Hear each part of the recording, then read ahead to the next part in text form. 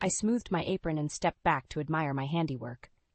The living room gleamed, not a speck of dust in sight. Samuel would be pleased when he came home from work. At least, I hoped he would notice. The clock on the mantel chimed 3. I still had time before I needed to start dinner. My gaze fell on the bookshelf and I sighed. It had been ages since I'd reorganized it. As I pulled books from the shelves, a folded piece of paper fluttered to the floor. Curious, I picked it up and unfolded it. My breath caught as I recognized Samuel's handwriting. "My dearest Harper," it began. "I can't believe we're getting married tomorrow. I've never been so sure of anything in my life.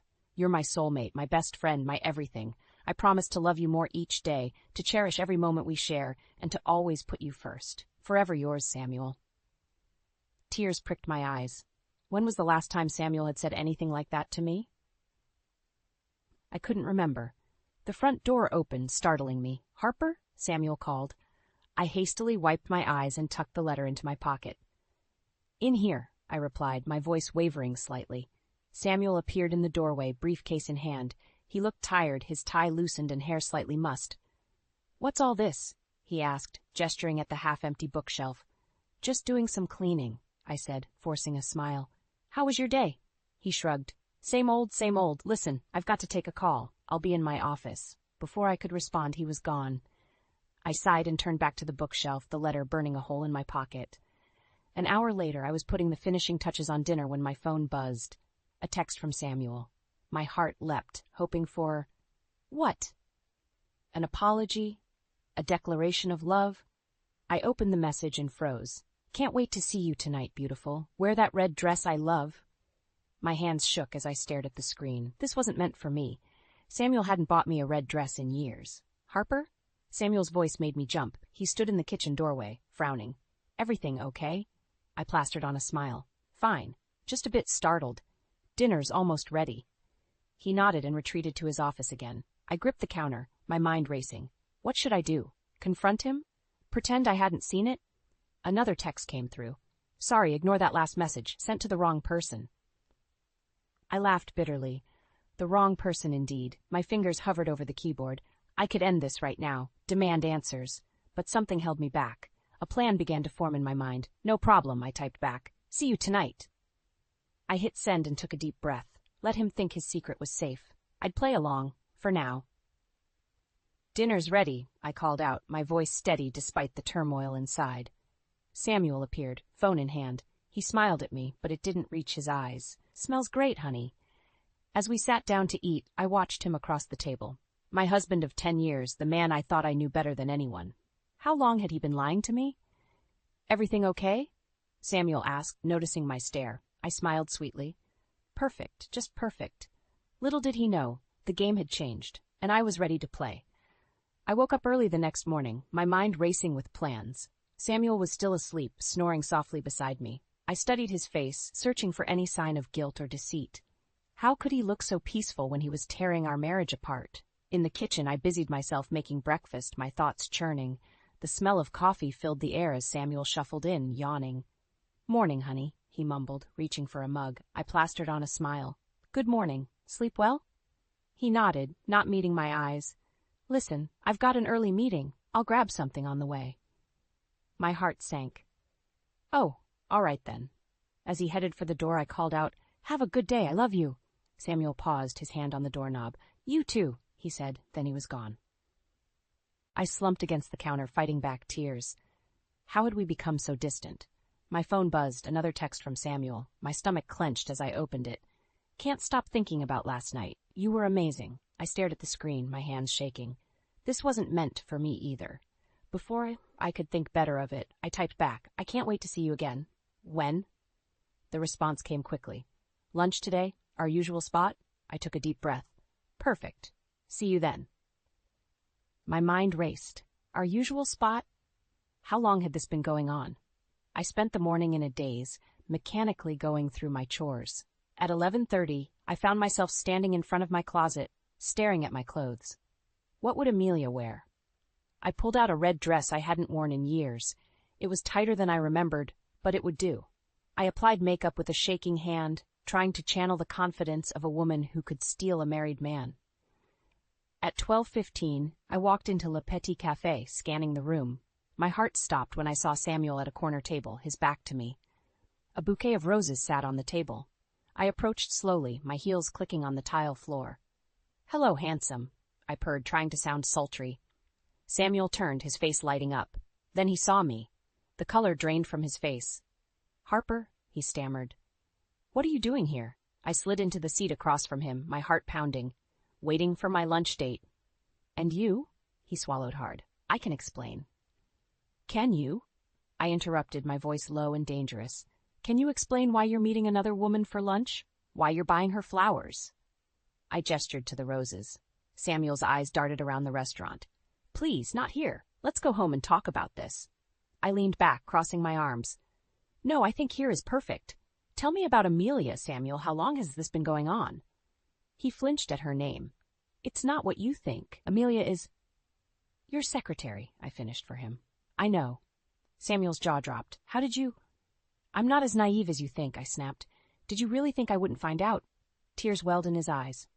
"Harper, please. I love you. This was a mistake. I'll end it, I swear." I stood up, my chair scraping loudly against the floor. "Too late," I hissed. I grabbed the roses and dumped them in his lap. "Enjoy your lunch date." As I stormed out of the cafe, my phone buzzed. A text from an unknown number. "This is Amelia. We need to talk." I stared at the screen, my mind reeling. What now? I paced the living room, Amelia's text burning a hole in my phone. Should I meet her? Ignore her? My emotions were a tangled mess of anger, betrayal, and curiosity. A knock at the door startled me. I opened it to find a stern-faced woman in her 50s. "Harper Williams?" she asked. I nodded, confused. "I'm Diane Reeves, private investigator. You called my office yesterday?" Realization dawned. In my emotional haze, I'd forgotten about the call I'd made after discovering Samuel's texts. "Yes, come in," I said, ushering her inside. Diane sat on the couch, all business. "Tell me what's going on." I spilled everything. The texts, the confrontation at the cafe, Amelia's message. Diane listened intently, jotting notes. "What do you want to know?" she asked when I finished. "Everything," I said, my voice hard. "How long it's been going on, where they meet, what they do. I want proof." Diane nodded. "I can do that, but are you sure? Sometimes the truth is worse than not knowing." I met her gaze. "I'm sure." As Diane left, my phone buzzed again. "Amelia, please meet me. It's not what you think." I stared at the message, torn. Finally, I replied, "Fine. Where?" 30 minutes later, I sat in a small park, my heart racing. A young woman approached, tall, blonde, beautiful. "Amelia." "Harper?" she asked hesitantly. I nodded curtly. She sat beside me, wringing her hands. "I'm so sorry about all this. I never meant to hurt you." "Then why?" I demanded. "Why sleep with my husband?" Amelia's eyes widened. "Sleep with— No, Harper, I'm not having an affair with Samuel." I scoffed. "Right, the texts, the lunch dates, the flowers, all innocent?" "Yes," Amelia insisted. "We've been planning a surprise for you." I froze. "What?" She sighed. "It's your anniversary next month. Samuel wanted to renew your vows, make it special. He's been so excited, talking about it constantly." My mind reeled. Could it be true? But the texts. What about the message about last night? I asked. Amelia blushed. We were practicing his speech. He was nervous about getting emotional. I felt dizzy. Had I misunderstood everything? "Why didn't he tell me?" I whispered. "He wanted it to be a surprise. God, I've ruined everything," Amelia said, tears in her eyes. I stood abruptly. "I need to go." "Harper, wait." But I was already walking away, my thoughts in chaos. At home, I paced restlessly. Should I believe Amelia? It seemed far-fetched, yet it explained so much. The secrecy, the odd hours, the cryptic texts.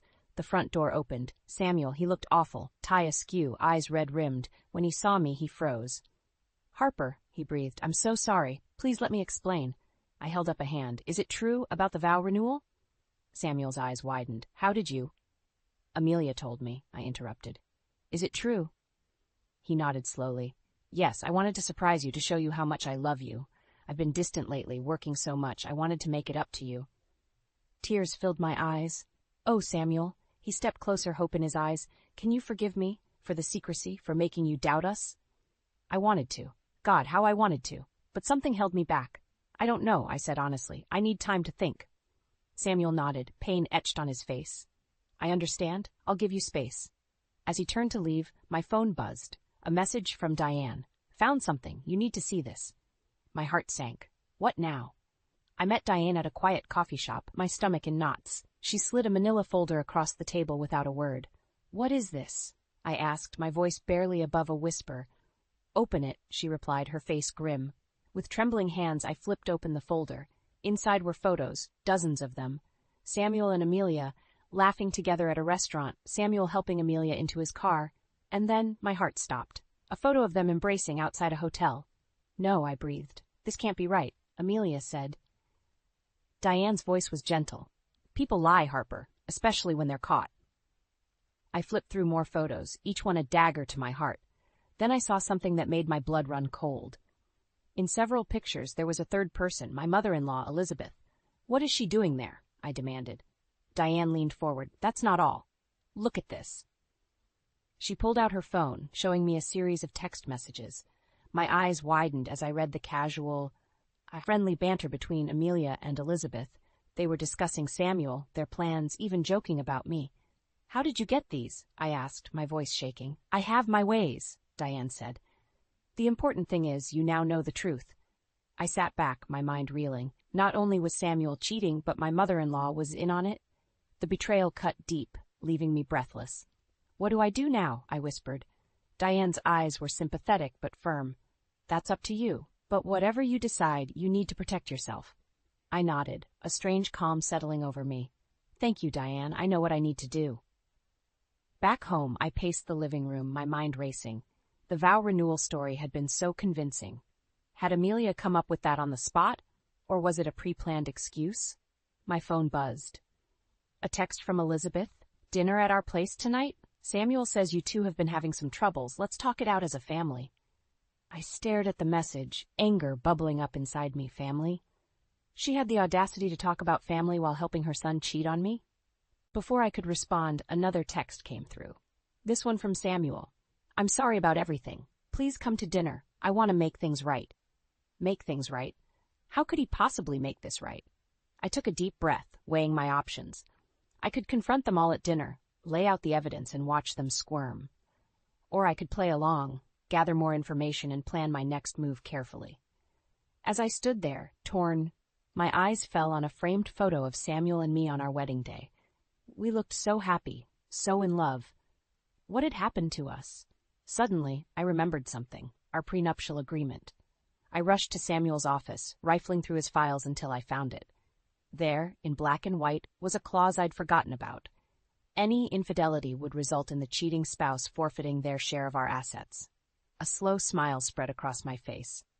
Maybe I didn't need to confront them just yet. Maybe I could turn this situation to my advantage. I picked up my phone and typed out a reply to Elizabeth. "Dinner sounds lovely. I'll be there." Then I texted Samuel. "I'm ready to talk. See you at your parents'." As I hit send, a sense of purpose washed over me. They thought they had me fooled, but I was done being the naive, trusting wife. It was time to take control of my life and my future. I looked at myself in the mirror, straightening my shoulders. "Game on," I whispered to my reflection. Tonight, I would smile and play nice. But tomorrow? Tomorrow, I would start planning my revenge. I arrived at Elizabeth and George's house, my heart pounding beneath my carefully composed exterior. Samuel's car was already in the driveway. I took a deep breath, reminding myself of my plan. Smile, nod, and gather information. Elizabeth opened the door, her face a mask of concern. "Harper, darling, we've been so worried about you." I forced a smile. "Thank you for having me over, Elizabeth." As I stepped inside, I caught a whiff of her perfume, the same scent I'd noticed on Samuel's shirts lately. My stomach churned. Samuel stood as I entered the living room, his eyes pleading. "Harper, I'm so glad you came." I nodded stiffly, taking a seat across from him. George, my father-in-law, handed me a glass of wine with a sympathetic smile.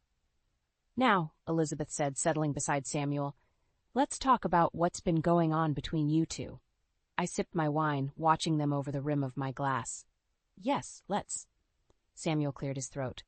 "Harper, I know I've been distant lately. Work has been crazy, but that's no excuse. I want to make things right." I raised an eyebrow. "And how do you propose to do that?" He shared a glance with Elizabeth. "Well, that's why we wanted to have dinner, to talk about our plans." "Plans," I echoed, my voice carefully neutral. Elizabeth leaned forward, her eyes bright. Samuel's been working so hard lately because he's up for a big promotion. If he gets it, we thought you two could take a second honeymoon, rekindle the romance. I nearly choked on my wine. They were still sticking to this charade? That sounds lovely, I managed. Where were you thinking of going? Samuel smiled, relief evident on his face. I was thinking Paris. You've always wanted to go, right? I nodded, remembering all the times I'd mentioned that dream, only to have Samuel brush it off as impractical. Now suddenly, he remembered? As the evening progressed, I played my part perfectly. I laughed at their jokes, expressed excitement about their plans, and pretended not to notice the meaningful glances they exchanged. After dessert, Elizabeth pulled me aside. Harper, dear, I know things have been tough, but Samuel loves you so much. Give him another chance. I smiled, bile rising in my throat. Of course, Elizabeth. Family is everything, right? She beamed, pulling me into a hug. Over her shoulder, I saw Samuel watching us, a look of guilt flashing across his face. As we prepared to leave, George pulled Samuel into his study for a quick chat. I seized the opportunity to excuse myself to the bathroom. On my way back, I paused outside the study door, voices drifting out. Son, are you sure about this? George was saying. If Harper finds out. She won't, Samuel interrupted.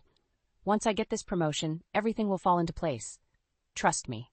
I leaned closer, straining to hear more, when a floorboard creaked beneath my foot. The voices inside fell silent. I hurried back to the living room, my mind racing. What were they planning, and how did it involve me? On the drive home, Samuel reached for my hand.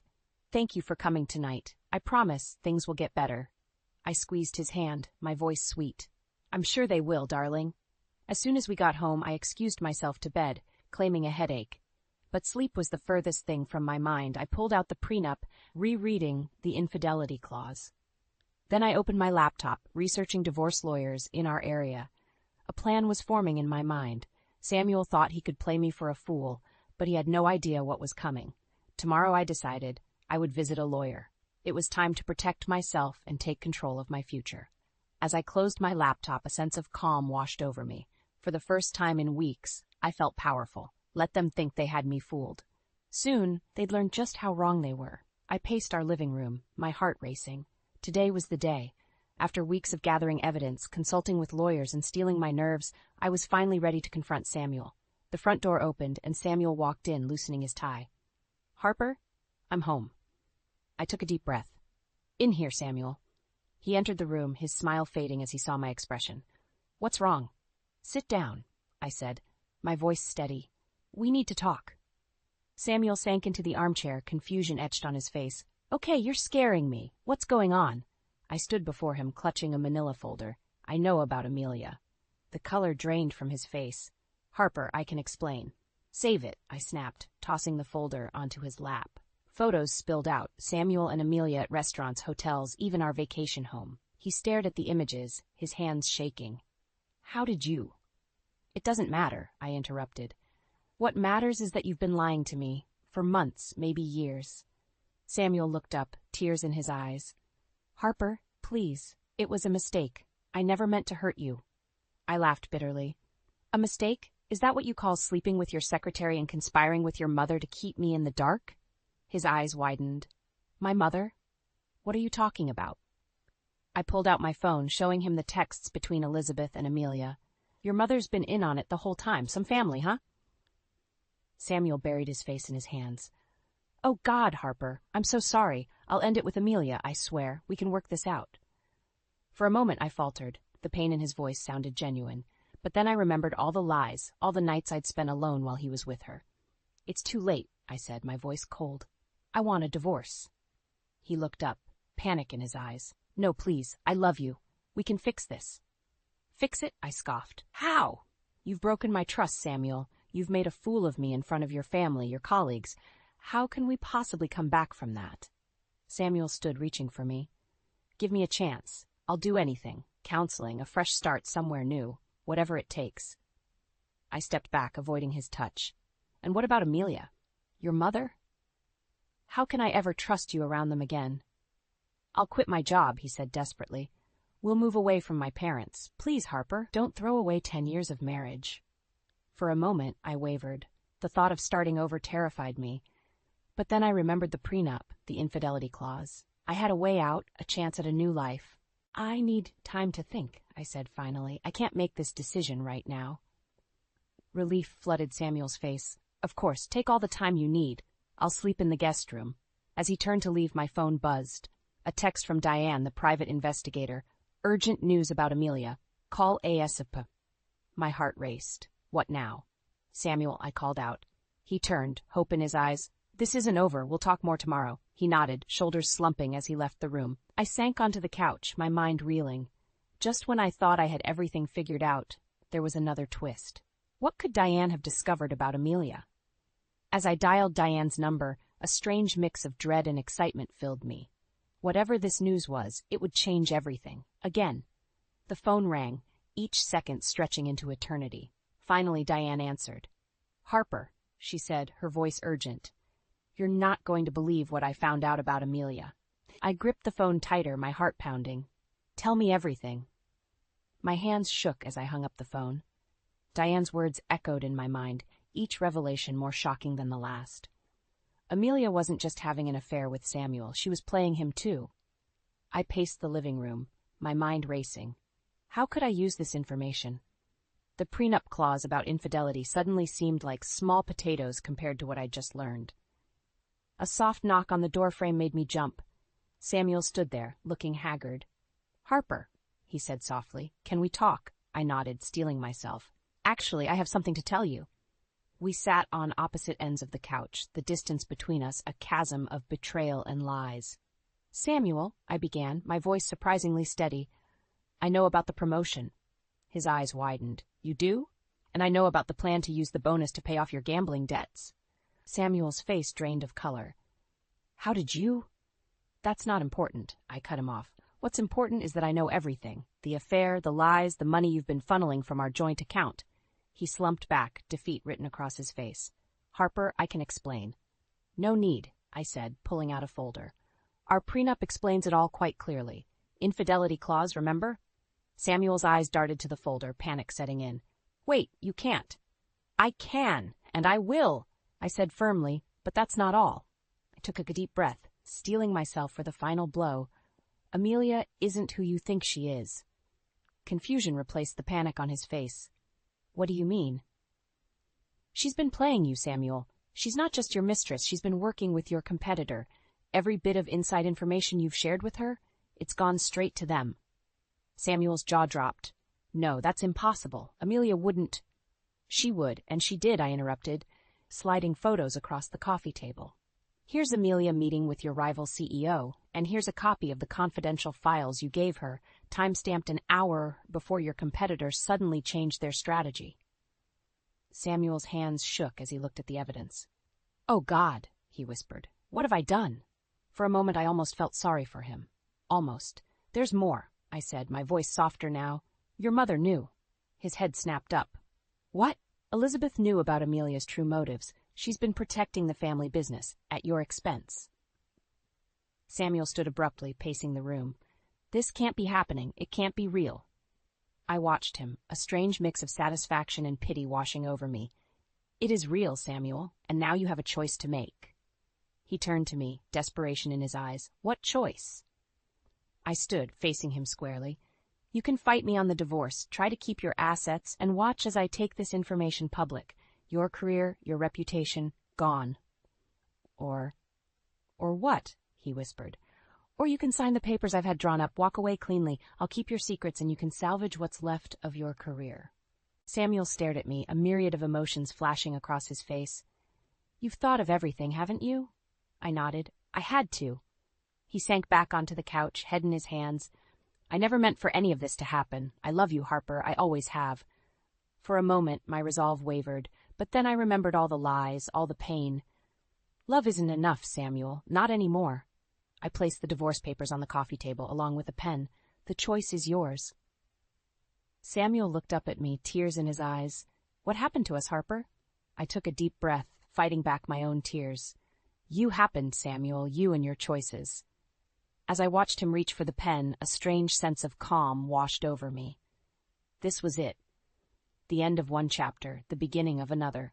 Whatever came next, I was ready to face it head on. 6 months after the divorce, I stood in front of my new boutique, Harper's Haven, my heart swelling with pride. The grand opening ribbon fluttered in the breeze, a symbol of my newfound freedom and purpose. As I unlocked the door, my phone buzzed. A text from Diane. "Congrats on the big day. You've come so far." I smiled, remembering how different my life had been just half a year ago. The betrayal, the pain, the uncertainty, it all seemed like a distant nightmare now. The bell chimed as my first customer walked in. To my surprise, it was Elizabeth, Samuel's mother. "Harper," she said, her voice hesitant. "I hope I'm not intruding." I straightened my shoulders, meeting her gaze. "Not at all. Welcome to Harper's Haven." Elizabeth looked around, taking in the carefully curated clothing and accessories. "It's lovely. You've done well for yourself." "Thank you," I replied, my voice cool but polite. "What can I help you with today?" She fidgeted with her purse strap. "Actually, I came to apologize. What I did, keeping Samuel's secrets, enabling his behavior, it was wrong. I thought I was protecting the family, but I ended up hurting everyone." I studied her face, searching for sincerity. To my surprise, I found it. "I appreciate your apology, Elizabeth. It means a lot." She nodded, tears in her eyes. "How is he? Samuel, I mean. We haven't spoken since." Everything came out. I sighed, remembering our last encounter. "He's struggling, but he's getting help. The gambling addiction, the lying, he's facing it all head-on now." Elizabeth's shoulders sagged with relief. "That's good to hear. And you? How are you doing?" I gestured around the boutique. "I'm doing better than I ever imagined. This place, it's not just a business, it's a fresh start." As if on cue, the bell chimed again. Amelia walked in, freezing when she saw Elizabeth and me. "I'm sorry," she stammered.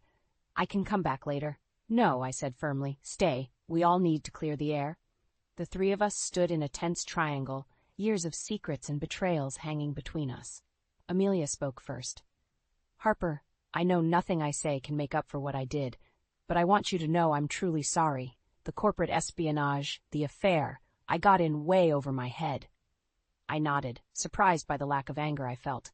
"Thank you for your honesty, Amelia. It's more than I got during our marriage." Elizabeth turned to Amelia, her voice sharp. "You nearly destroyed my son's career and my family's company. How dare you show your face here?" I held up a hand. "Elizabeth, please. We've all made mistakes. What matters now is how we move forward." The two women looked at me in surprise. "You're right," Elizabeth said softly. "Harper, your strength amazes me. How can you be so forgiving?" I smiled, feeling a weight lift from my shoulders. "It's not about forgiveness. It's about letting go. Holding on to anger and resentment only hurts me in the end." Amelia wiped away a tear. "I don't deserve your kindness, but thank you. I hope you find happiness, Harper. You deserve it." As they left the boutique, I felt a sense of closure wash over me. The past 6 months had been a whirlwind of emotions and changes, but I'd emerged stronger, wiser, and more self-assured than ever before. The bell chimed again, and a group of women entered, chatting excitedly about the new store. I greeted them with a genuine smile, ready to embrace this new chapter of my life. As I helped customers and shared the story behind each carefully selected piece in my boutique, I realized something profound. The betrayal that had nearly broken me had instead set me free. I was no longer defined by my marriage or my role as a housewife. I was Harper, entrepreneur, survivor, and architect of my own happiness. The sun streamed through the windows, illuminating the vibrant colors of my new life. Outside, the world was full of possibilities, and for the first time in years, I couldn't wait to explore them all. As I watched my belongings alongside Lucas's thrown out like yesterday's trash, Daniel's words echoed with chilling finality. "If you don't like it, leave." Standing there, with our son's hand in mine, I knew this was no longer just about a failing marriage. It was about fighting back for our dignity. I am Evelyn Marshall, a 32-year-old working mother, navigating the complexities of what once was a happy marriage. Now, I stand at the crossroads of a life that seems to be unraveling at the seams. It's a story I never thought I'd tell, but here I am, reflecting on the journey that led me to this moment. My life, contrary to the turbulence now, began in a rather privileged manner. I was born into an affluent family, blessed with the comforts that wealth could bring. Yet, with a spirit yearning for independence, I chose to carve out my own path, determined to earn my living and not just rely on the legacy of my lineage. This decision, while empowering, set the stage for a series of events that would later challenge my very essence. Daniel and I met at the company where we both worked. He was there first, a man of charm and ambition. Our initial days were like pages from a fairy tale, filled with laughter, shared dreams, and a love that seemed to defy all odds. Our courtship was a whirlwind, and marriage felt like a natural progression, a testament to our love. Little did I know it was also the beginning of a slow, simmering discord. You see, despite our shared workplace, our careers took different trajectories. I, perhaps due to my upbringing or sheer drive, ascended the corporate ladder more swiftly than Daniel. This disparity, insignificant in my eyes, began to fester in his. While dating, it was a non-issue, even a source of pride for him. But marriage changed the unspoken dynamics. The man who once celebrated my achievements started viewing them as a mirror reflecting his perceived inadequacies. When Lucas, our son, came into our lives, I thought it would bring us closer, solidify our bond. I took maternity leave, embracing motherhood with all its joys and challenges. Daniel's behavior, however, took a turn that I hadn't anticipated. His comments, initially subtle, grew increasingly bitter. "Must be nice to get money without working," he'd say, his words laced with a disdain that cut through me. The financial support I appreciated turned into a tool for asserting dominance, a way to remind me of my supposed dependence during my leave. The workplace wasn't spared either. Being his superior on professional grounds, I had to maintain a delicate balance between being his wife and his boss. I endeavored to keep our work and personal lives separate, but the lines blurred, the tension palpable. Daniel's pride seemed wounded, not just by my professional stature, but by his perception that his own worth was diminished in comparison. In the midst of this growing estrangement, there was another factor, steadily poisoning the remnants of our marriage. Margaret, Daniel's mother. She was a formidable presence in our lives, casting a long shadow over our marriage. A woman of strong opinions and traditional beliefs, she saw my career achievements not as a matter of pride, but as a transgression of the roles she believed a wife should play. Her words were sharp, often loaded with a disdain for the modern woman I represented. "Daniel should be the one leading," she would often say, a sneer barely concealed. "A woman's place isn't above her husband." Her words, echoing through our home, only fueled Daniel's growing insecurities. It was as if my success was an indictment of his perceived shortcomings, and Margaret was the judge who passed the verdict. As Daniel's resentment simmered, our home life became strained. He started distancing himself from both Lucas and me. Where there was once laughter and shared moments, there now existed a cold, uncomfortable silence. I watched helplessly as the man I loved transformed into a stranger, his warmth replaced by a bitterness that seemed to stem from a deep well of dissatisfaction and hurt pride. Even as I tried to reach out to bridge the growing chasm between us, Daniel retreated further, often seeking refuge in his mother's company. Margaret's influence became more pronounced, her criticism of my role as a wife and mother growing more frequent and biting. "Leaving such a small child and going to work?" she would chide. "Don't you have any maternal feelings?" Her words stung, but what pained me most was the impact on Lucas. Our son, bright and perceptive, began to sense the tension, the undercurrents of discord that flowed beneath the surface of our family life. He stopped talking about his father and grandmother, his young mind perhaps unable to articulate the confusion and hurt he felt. In stark contrast, my parents provided a haven of unconditional love and support for Lucas. They adored him, filling his world with the affection and attention he so desperately needed. Their home became his refuge, a place where he could be a carefree child, away from the complexities clouding our own home.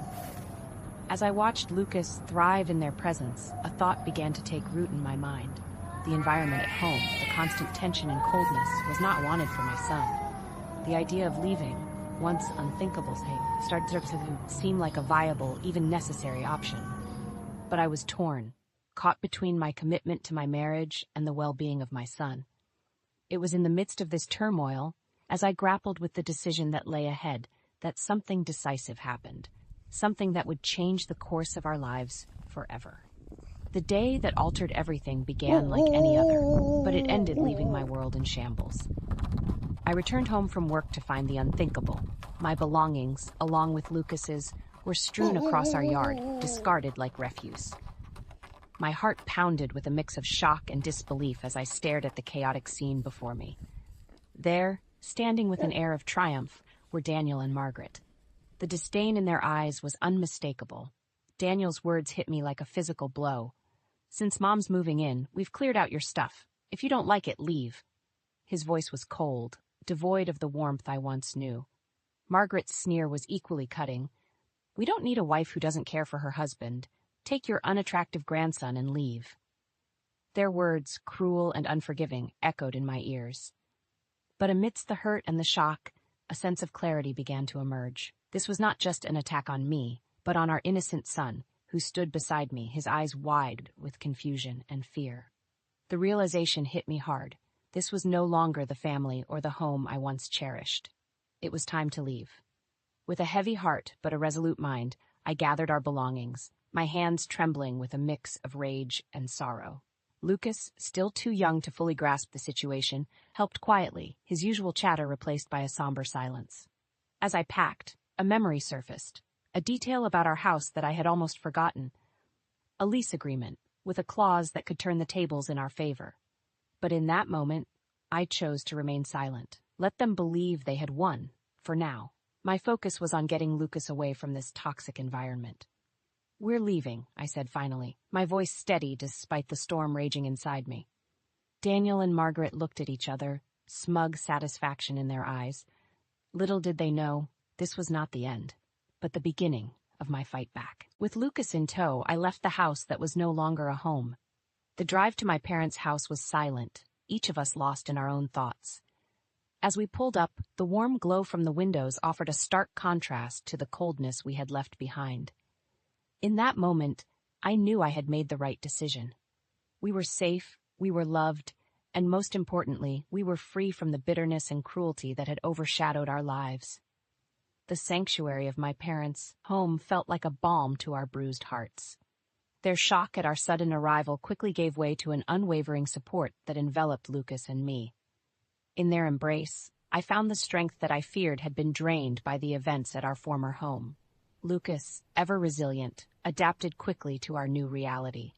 The bond he shared with my parents was a joy to behold, their unconditional love filling the void left by his father's abandonment.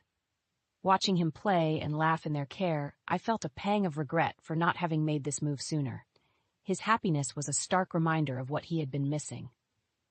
In the quiet of my old room, now our temporary haven, I contemplated our future. The decision to divorce Daniel became not just a necessity, but a resolve to protect Lucas and myself from further harm. My mind was set. I would ensure that Lucas would never again have to witness the kind of hostility we had experienced. The following days were a blur of activity. Meeting with a lawyer, a longtime acquaintance of my family, I laid out the details of my situation. He listened intently, his expression a mix of professional detachment and personal concern. We discussed the logistics of divorce, custody arrangements, child support, and the division of assets. While I was financially secure, thanks to my earnings and inheritance, I was adamant that Daniel should bear responsibility for his son. Returning to the house to collect the rest of our belongings was a surreal experience. The place that had once been filled with laughter and love now stood empty and silent, a shell of its former self. Lucas clung to my side, his small hand gripping mine tightly as we packed up the remnants of our life there. As we left, I took one last look at the house. It was more than just a building. It was a symbol of a life that could have been. But as I turned away, I felt a sense of liberation. The ties that had bound me to that place, to a life filled with discord and unhappiness, were now severed. With each passing day, the initial shock and pain gave way to a sense of hope and anticipation for the future. Lucas's laughter became the soundtrack of our days, and in his smiles, I found the motivation to rebuild our lives. We were starting over, but this time we were doing it on our own terms. The journey through the legal landscape of divorce was like navigating a stormy sea. My lawyer, seasoned in the ebbs and flows of such proceedings, was a guiding light. The primary focus was securing a fair arrangement for child support. While my financial situation was stable, I insisted that Daniel uphold his responsibilities as Lucas's father. The day we presented the divorce papers to Daniel was charged with tension. His reaction to the child support clause was a mix of disbelief and anger. "Child support? After all the embarrassment you've caused me?" he blustered, his voice a mix of indignation and shock. Margaret, ever the antagonist, chimed in with her usual venom. Why should John pay a dime to this ungrateful woman? Despite their outbursts, I remained resolute, my lawyer calmly explaining the legal obligations and the fairness of the proposed amount. Daniel's frustration was evident, but the realization that his professional reputation could be at stake if he defaulted on his responsibilities seemed to temper his defiance. As we finalized the divorce proceedings, I couldn't help but reflect on the irony of it all. Here was Daniel, the man I had once pledged my life to, now a virtual stranger, bound to me only by the legalities of our shared past and our son. In those moments, a range of emotions washed over me. Relief that I was breaking free from a toxic relationship, sorrow for the love that had once been, and a fierce determination to build a better future for Lucas and me. The divorce marked the end of a chapter in my life, but it also signified the start of a new beginning. As I walked out of the lawyer's office, divorce papers in hand, I felt a weight lift off my shoulders. It was the first step towards reclaiming my life and providing Lucas with the stable, loving environment he deserved. With the legal battles behind us, I turned my focus to rebuilding our lives. The support of my parents was invaluable, their love and encouragement a constant source of strength. Lucas thrived in their care, his laughter and playful antics a daily reminder of the resilience of the human spirit. As we settled into our new reality, I found myself looking forward to the future with a sense of hope and optimism. The path ahead was uncertain, but I was determined to walk it with grace and strength for myself and for my son. The days following the divorce were a blend of relief and rebuilding. But amidst this new beginning, a revelation awaited. A twist in our tale that I had kept close to my chest. The house, the battleground of our final conflict, held a secret that was about to turn the tide in my favor. It began with an innocuous phone call from Daniel, now more a stranger than ever. His voice, laced with confusion and anger, pierced through the speaker. "Evelyn, what's this about an eviction notice? Why is it in your name?" I remember pausing for a moment, letting the gravity of the situation sink in. This was it, the moment I had anticipated. "Daniel, the lease needs renewal, and I've decided not to," I replied calmly. The silence on the other end was palpable, as the realization dawned on him. "Yes, Daniel, the house is mine," I continued, the words tasting of both victory and sorrow. "It's part of the properties under my name, inherited from my family." The shock in his voice was evident as he processed the news. All this time, the house he believed to be ours was, in fact, a part of my heritage. The conversation that followed was a mix of disbelief, anger, and desperation. Daniel's tone shifted from accusatory to pleading, as the full extent of his situation became clear. Without the house, he and Margaret were, in essence, homeless. But my decision was firm. The house, a symbol of a past life, needed to be let go, just as I had let go of the relationship. "You need to find somewhere else, Daniel. We're divorced now, and you're no longer my responsibility," I said, a mix of sadness and resolve in my voice. The call ended with Daniel's protest still ringing in my ears, but I knew I had made the right decision. It was not just about the house or the divorce. It was about setting boundaries, about asserting my independence from a relationship that had become toxic. As days turned into weeks, I watched as Daniel and Margaret struggled to find a new place. There was a part of me that felt for their plight, but another part reminded me of the necessity of this harsh lesson. They had to understand that actions have consequences, and sometimes those consequences are irrevocable. Meanwhile, life for Lucas and me was taking a turn for the better. Our small apartment near my parents' house became a haven of peace and stability. Lucas's laughter filled the rooms, a sound that had become my favorite melody. In those moments, watching him play or listening to his endless stories, I knew that no matter the challenges, we would be all right. In the weeks that followed the eviction notice, the reality of their new circumstances began to dawn on Daniel and Margaret. They had been complacent, perhaps assuming that the comfort and stability they enjoyed were unchanging. But now, faced with the immediate need to find a new living situation, their world was thrown into disarray. For Daniel, the challenges were manifold. Not only had he lost his home, but also the stability and support he had taken for granted. His pride, already bruised from the divorce, took another hit as he struggled to come to terms with the consequences of his actions. Margaret, too, faced a harsh awakening. The vision she had of living comfortably with her son, free from the responsibilities she so despised, was shattered. The prospect of finding a new place, especially under strained financial conditions, was daunting. As for me, the aftermath of the divorce and eviction brought a sense of closure. While it was painful to witness their struggles, it also served as a reminder of the importance of self-respect and setting boundaries in relationships. It was a lesson in taking control of one's life, no matter how difficult the choices might be. Meanwhile, Lucas and I settled into our new routine. Our apartment, though smaller than the house we had left behind, was filled with love and laughter. Lucas thrived in this new environment, his resilience a constant source of amazement and pride for me. Our days were filled with simple joys, walks in the park, visits to the library, and evenings spent with my parents, who continued to be a pillar of support. In those moments, surrounded by the people who truly mattered, I found a contentment that had been missing for so long. The experience also taught me the value of looking forward, of not letting the past dictate the future. I began to focus on rebuilding my life, not just for myself, but for Lucas. He deserved a mother who was strong, happy, and present, and I was determined to be just that. The challenges we faced had not only tested our strength, but had also brought us closer. Our bond, forged in adversity, was now unbreakable. And as I looked at Lucas, growing and flourishing despite everything, I knew that no matter what lay ahead, we would face it together, with love and courage. The dawn of our new life brought with it a sense of renewal and hope. Each day, as I watched Lucas grow and thrive, I was reminded of the resilience of the human spirit. Our small apartment, filled with laughter and love, was a testament to our journey and the strength we had found in each other. Lucas's happiness was my guiding light. His inquisitive eyes, so full of wonder and joy, were a constant reminder of the innocence and purity that life still held.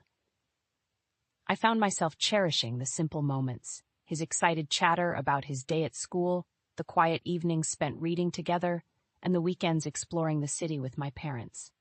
These were the moments that mattered, the memories that would shape his childhood. Professionally, I found a new sense of purpose and fulfillment. With the personal turmoil behind me, I was able to focus on my career with renewed vigor.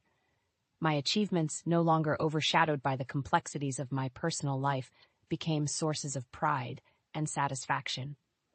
As I navigated my new reality, I also learned the importance of self-care and self-love. I found solace in small acts of kindness towards myself, a quiet evening with a book, a leisurely walk in the park, or a coffee date with a friend. These moments of solitude and reflection were crucial in rediscovering myself, in understanding who I was beyond the roles of mother and professional. Most importantly, I became acutely aware of the impact of relationships on one's life. The support and love of my parents, the unwavering bond with Lucas, and the solidarity of friends who stood by me through the darkest times were my pillars of strength. They taught me the value of genuine connections, of surrounding oneself with people who uplift and inspire. As for Daniel, our paths rarely crossed, except for the occasional formalities regarding Lucas. The bitterness that once marred our interactions had given way to a detached civility. While the love we once shared was lost, I held no ill will. Instead, I chose to focus on the present and the future, on the life I was building for myself and my son.